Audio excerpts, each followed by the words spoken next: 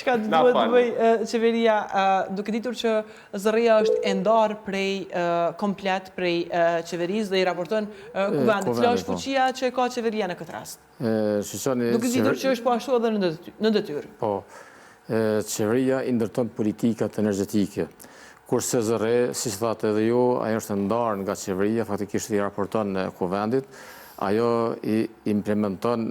tarifat energjetike, implementon procedurat e operimit të tregut të energjisë elektrike, operatorët i licencuar, i monitoron, i vlerëson dhe merë vendime normalisht edhe për tarifa dhe për këto gjëra që unë i ceka. Kurse qeveria, e thashë edhe ma herët, një farë mënyrë, ka qenë dashtë edhe ato paraprakse se fatkeqësisht mund të themi që në politikat energjetike ose në fushën energjetike se cila qeveri ka dështuar, disa kanë ngesë, po shumica kanë dështuar, pra nuk kemi ende një, si që thatë edhe pyetjen e marrëshme, një stabilitet energjetik, sepse po të kishte një stabilitet energjetik të mirë, po të kishte pra një llojshmëri të bollshme të prodhimit të energjisë elektrike, atëherë këto sfida do të ishin shumë të vogla, edhe do të ishin shumë të përshtatshme për shkakun që bizneset të qaseshin edhe me këto politikat tregut të hapur. Por tani kemi pra jemi në një amolli ose jemi në një ngesë goxha të madhe të energjisë elektrike, pra të prodhimit të energjisë elektrike, pra nuk kemi stabilitet ende.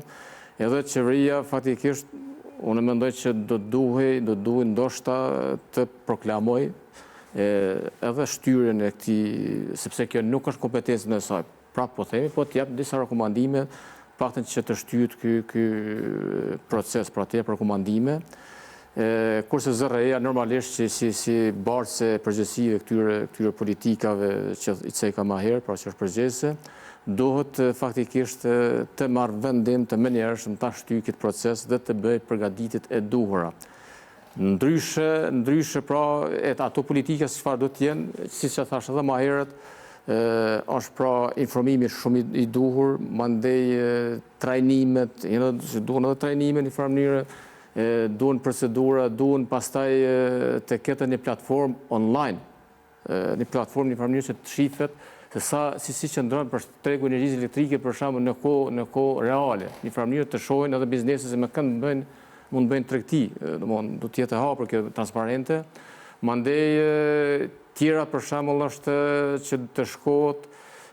ngadalë edhe me ata sektorët më të ndjeshëm, pra të ketë kujdes pra edhe të subvencionohen në rastet e tilla, sektorët e ndjeshëm për shembull agrobiznesi, mos të themi kështu me emra, mos të mbetet hati dikujt. Pastaj ka edhe mundësi të tjera, se nëse nuk gjejnë për shembull furnizues, atëherë mund të furnizohen edhe nga KES, kuptohet me çmime pak më të larta, pa diskutim, po të jetë një çmim i kontrolluar edhe nga vetë bizneset, por edhe nga zyra rregullatorit të energjisë. Pastaj janë edhe këta që nuk mund të qasen me njëherë një farë mënyrë në tregun e hapur, të jepet një mundësi nga furnizuesit e mundësisë së fundit që unë kështu, që edhe kjo është në kuadër të KES-us, për në disa mundësi, por e para mbi të gjitha, se këto që tash janë në proces të kësaj që po i përmendi, po e para duhet të shtyhet. Duhet të shtyhet kur sepse nuk janë pjek kushtet.